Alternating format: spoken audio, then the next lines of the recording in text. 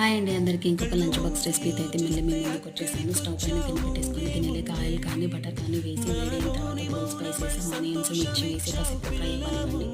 అవి ఫ్రై అయిన తర్వాత ఇందులోకి అల్లం వెల్లుల్లి పేస్ట్, కొత్తిమీర, మిక్సీకి వేసుకున్న పేస్ట్ కూడా వేసి కాసేపు ఫ్రై అవ్వనండి.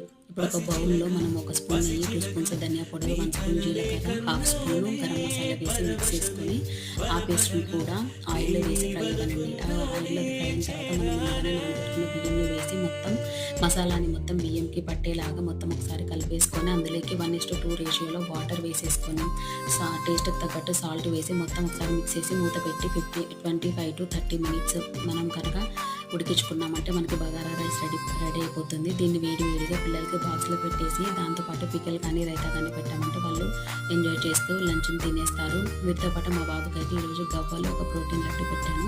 ఈ వీడియో కనుక మీకు నచ్చితే లైక్ చేయండి, షేర్ చేయండి, నా ఛానల్ని సబ్స్క్రైబ్ చేసుకోండి. థ్యాంక్